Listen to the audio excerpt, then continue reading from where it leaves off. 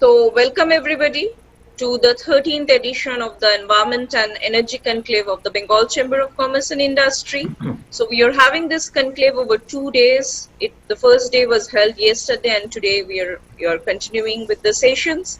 So, our chief guest, the Honorable Power Minister of the Government of West Bengal, Sri Shobhandev Chattopadhyay, is here with us today.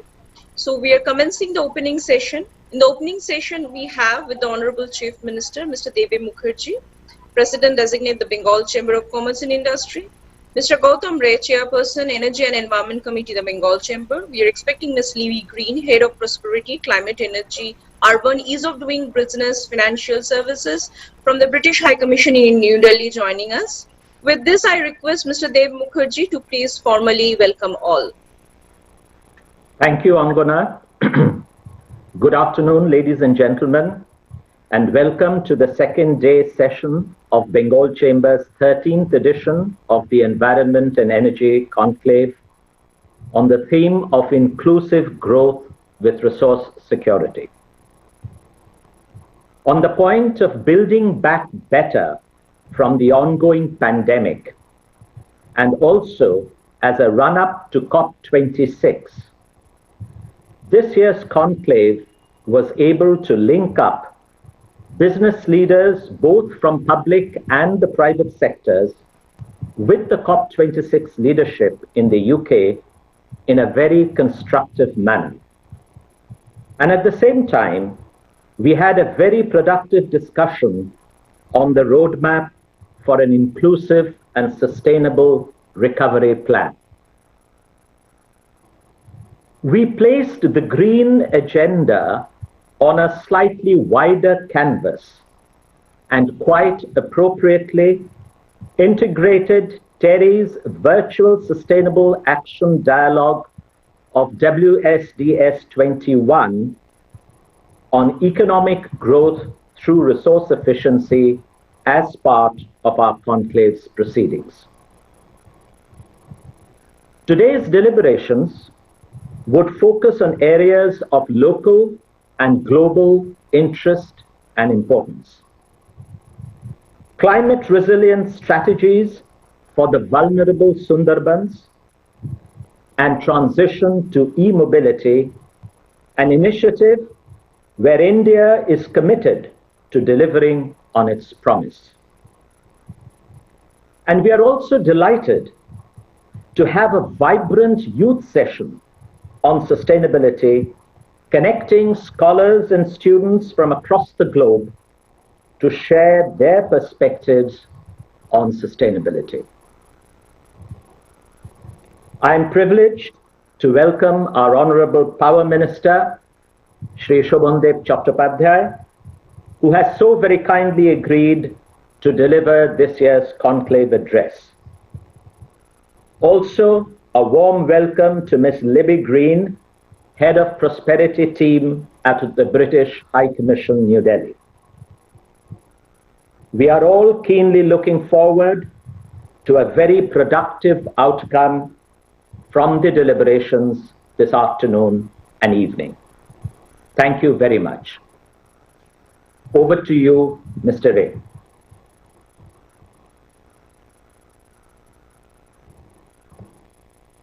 Good afternoon to all.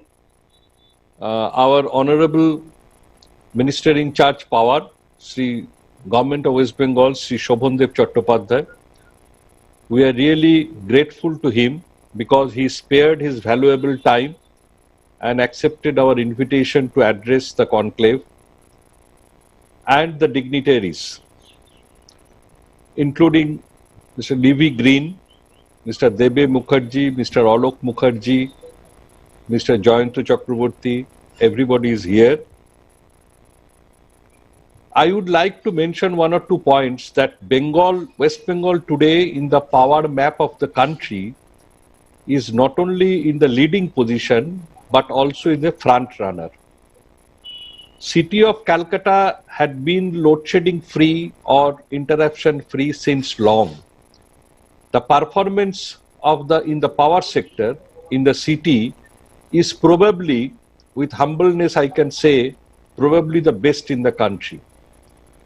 But for the whole of state, under the able leadership of Sri Shobhandev Chattopadhyay, what we have witnessed in last few years, that every village have been electrified, the village electrification program, as well as the improvement in the quality and reliability of power to the remotest part of the state has been really achieved, and it has been a landmark in the country.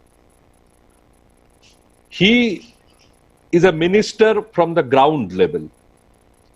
I had the opportunity to witness very recently during Amphan, the super cyclone which devastated the whole of city as well as the neighboring district.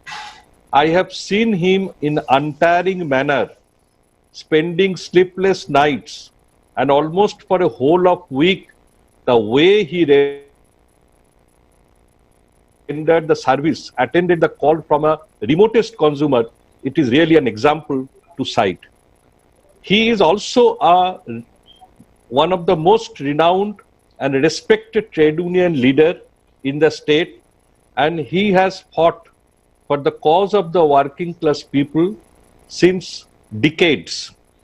So we are really privileged to have with us Sri Shobhandev Chattopadhyay, who is not only holding the department as minister in charge, but also having great experience to really lead from the front. As Mr. Debe Mukherjee has correctly said, linking to the sustainability point of view, we have emphasized on a special session on Sundarban. We are witnessing the impact of climate change, changing course of our life in this part of the country and elsewhere also. The experience of super cyclone Amphan has made strong mark among us. The Chamber's endeavor is to create a collaborative consciousness for Sundarbans, adapting to climate change, disaster management with food, water, energy nexus, and uncertain livelihood. The next topic, what we will emphasize on the e-mobility, on which Bengal Chamber is working relentlessly. The Chamber applauds the government of West Bengal for the success of e-buses in Kolkata, which has been featured in Global EV Outlook for International Energy Agency, making our city of joy to be the first city in India to have this recognition. Department of Power and Department of Transport have worked together to create this success story. E-mobility being a focus theme of COP26 is an important session of this year's conclave, aiming to discuss policies and business models of the ecosphere. The last but not the least, the innovative session what we have taught this year, the students of energy or similar discipline all across the world will participate in the youth session, because we are really interested at this age and at this experience what the next generation is thinking on sustainability, what type of world, sustainable world they would like to see in their dream. So there are many things to learn from them, and they can really show us the path. So with these three major points and the sessions what we have thought of, I hope the conclave, as was yesterday, it will be very successful today also. I would again thank Mr. Shobhandev Chattopadhyay for sparing his time, and with this I conclude. Thank you. So, as we mentioned, we are looking forward to hearing from our chief guest, Sri Shobhandev Chattopadhyay. Before that, I would request Ms. Libby Green, Head of Prosperity, Climate, Energy, Urban, Ease of Doing Business, Financial Services, British High Commission in New Delhi, to please address us. Thank you. Can you all hear me okay? Yes. Yes, we can. Great. Thank you. So it's a pleasure to be participating in this event today, organised by the Bengal Chamber of Commerce and Industries. I'd like to thank the organisers for giving me the opportunity to say a few words. I've been in my new role in India for just 5 weeks, but already it is clear to me the importance of UK-India collaboration to tackling the pressing challenge of climate change. I've been involved in the climate change effort since I was posted to Copenhagen for COP15 and then to China to work on climate energy in the British Embassy. I'm therefore delighted to get the opportunity to work on this issue in such a pivotal country as India. The UK government is proud to be hosting COP26 in Glasgow next November. We delayed COP by a year, but addressing climate change is more important than ever. Around the world, we are seeing the devastating impacts of rising temperatures, including the damage caused by Cyclone Amphan to Kolkata and the world's largest mangrove in the Sundarbans. Emissions have fallen during COVID, and we've seen the positive impacts of that in terms of cleaner, healthier air. We are clear that we must act now to ensure that the recovery from the economic impacts of COVID is as green as possible. And as Dr. Merton, the UK's COP26 envoy, set out yesterday, there is no longer a trade-off between green and growth. Wind and solar are now the cheapest forms of energy generation for 2/3 of the world's population. More solar technology was installed in the last decade than any other technology, and costs fell by 91% during the same period. India has made huge progress on climate change, despite the constraints of COVID, not least in expanding the use... sorry, I'm trying to get my video to work as well. Not least expanding the use of renewable energy at amazing pace and scale and improving energy efficiency. Electric mobility is rapidly becoming a policy priority in many Indian states. I hope that the UK too is leading by example, having set a legally binding target to cut emissions to net zero by 2050. Between 1990 and 2018, the UK has nearly halved emissions while growing the economy by 75%. We've committed to double our international climate finance to at least 11.6 billion over the next 5 years to help developing countries to take action. In the run-up to COP, we want to work in partnership with India to find the best possible solution to this climate challenge. At the Raisina Dialogue with India early this year, we set out how COP will be centred around 5 key themes: clean energy, clean transport, nature-based solutions, adaptation and resilience and finance. We will need to work in close partnership with India across all these themes to make COP26 a success. The work of the Bengal Chamber of Commerce and Industry reminds us of the vital role of the private sector in this agenda. Just like in other parts of the world, in India, the private sector is central to shaping the economic growth path. It's great to see the commitment shown by the Chamber to making this growth path clean, green and resilient. Recognising the importance of the private sector, the UK government is supporting an industry-led corporate green leadership alliance that will bring together existing industry-led initiatives on low-carbon solutions in one unified network. This will enhance capacities of large and medium businesses and their supply chains to set and meet new targets for adaptation of low-carbon solutions. This is just one of our partnerships in place, but we now must together increase the pace and scale of climate actions to stem global warming and ensure that the recovery from COVID is truly low carbon. I hope that the deliberations at this event will generate concrete actions towards that goal. Many thanks.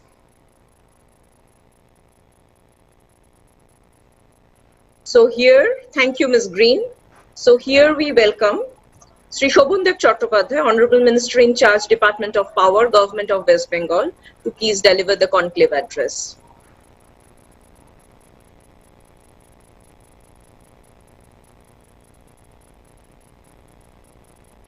Sir, would request you to unmute.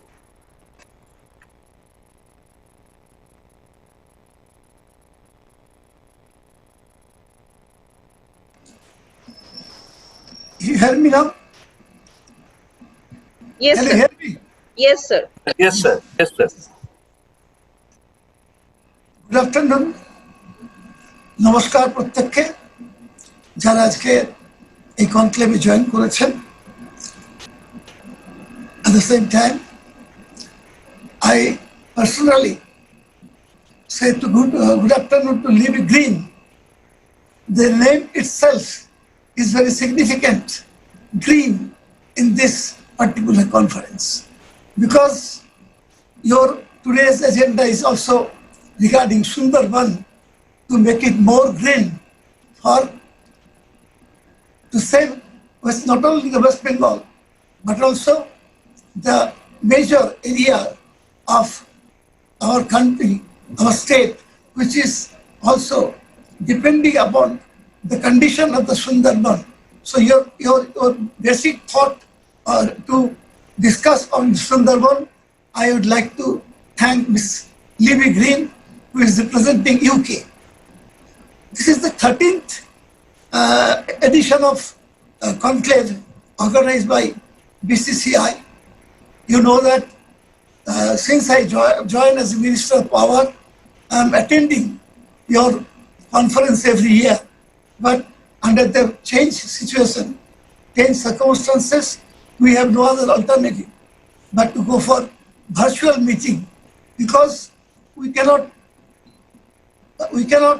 spare idle time this time.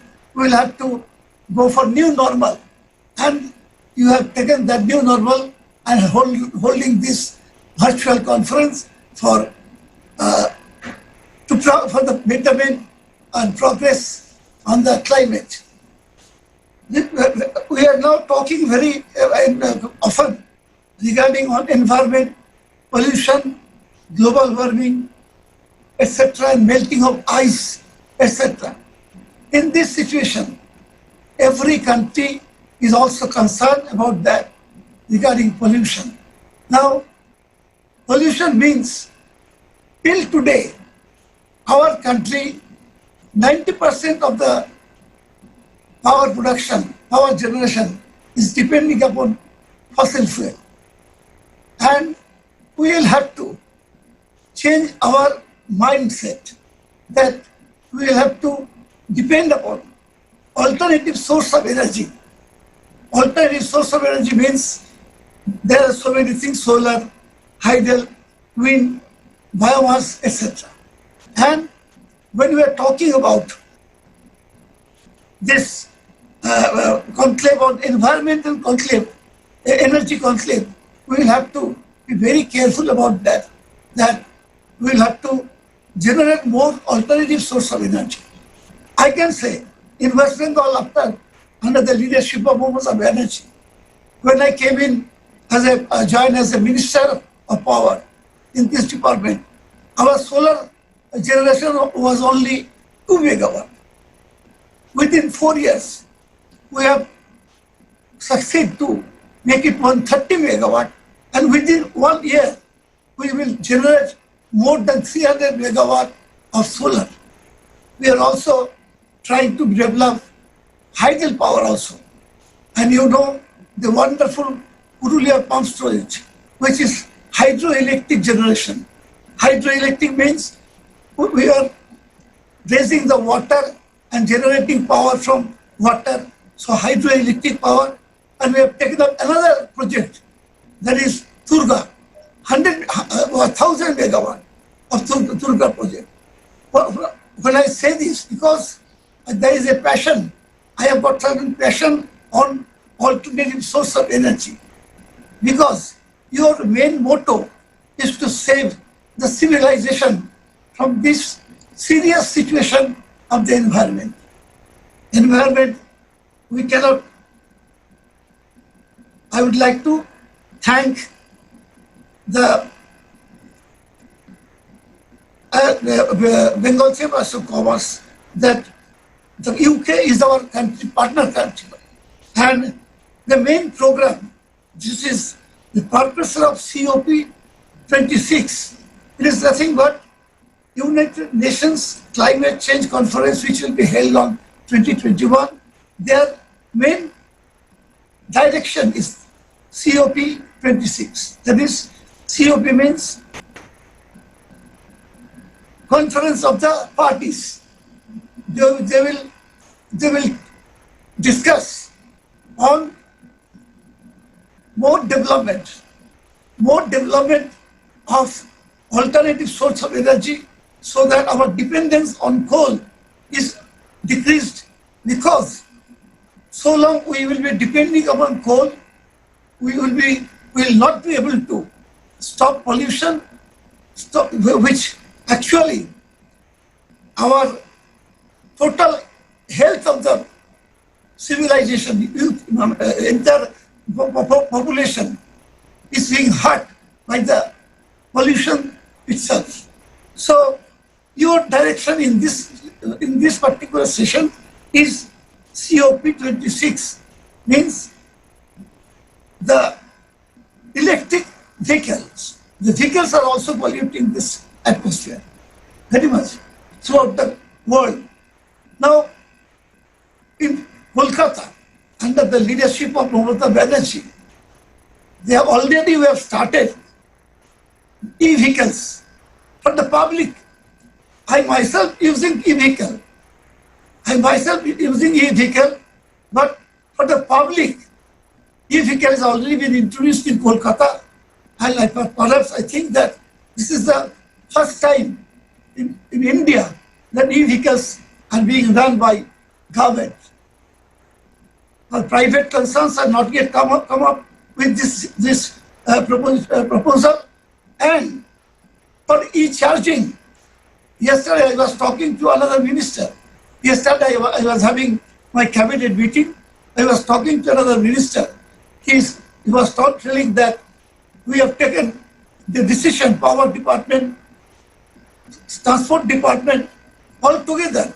We are going to set up a very good number of charging centers so that people are interested to buy these e-vehicles not only in the city of Kolkata, but at the entire state. We can run e-vehicles so that we can control the pollution, which is actually great concern of the civilization. Well,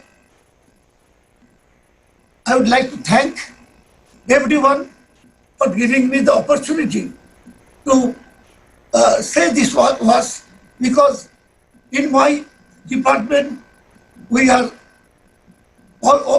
throughout every day we are consulting with our chairmen, our officers to how to reduce the pollution in our plants, how to reduce the pollution in our plants.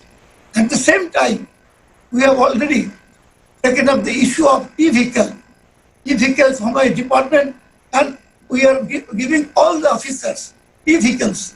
But it will not be enough to use the e-vehicles unless we can provide number of good e-charging centers. Gautam Rai was telling me on the other day that they have set up e-charging center in front of their office. I'm correct, Mr. Rai? I think that I'm correct. You have already set up an e-charging center in front of your office, right? Our government is also interested to set up this in this, that is electric vehicle to produce. This is a position, in this pandemic situation, the industry houses, those who are operating in our country, I would like to request those houses to come down when your industry is not in position to operate because of this pandemic situation. This is the high time to come forward, to set up your business on e-vehicle and e-charging center, and that will give opportunity to a good number of youths in employment. So it will generate employment, it will save the pollution from the atmospheric pollution, both. So I would like to say that this discussion will come out with a good suggestion, and that suggestion will enrich us for further advancement. With these words, once again, I thank you all for giving me this opportunity to say something regarding your agenda and the concern of the entire world,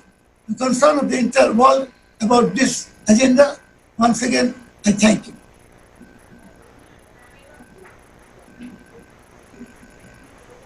Thank you, sir. Thank you for carving out time and joining us today. So we would like to formally thank both Sri Shobhandev Chattopadhyay and Ms. Libby Green for joining us today. And now we will move on to the next session, that is the session on Sundarbans.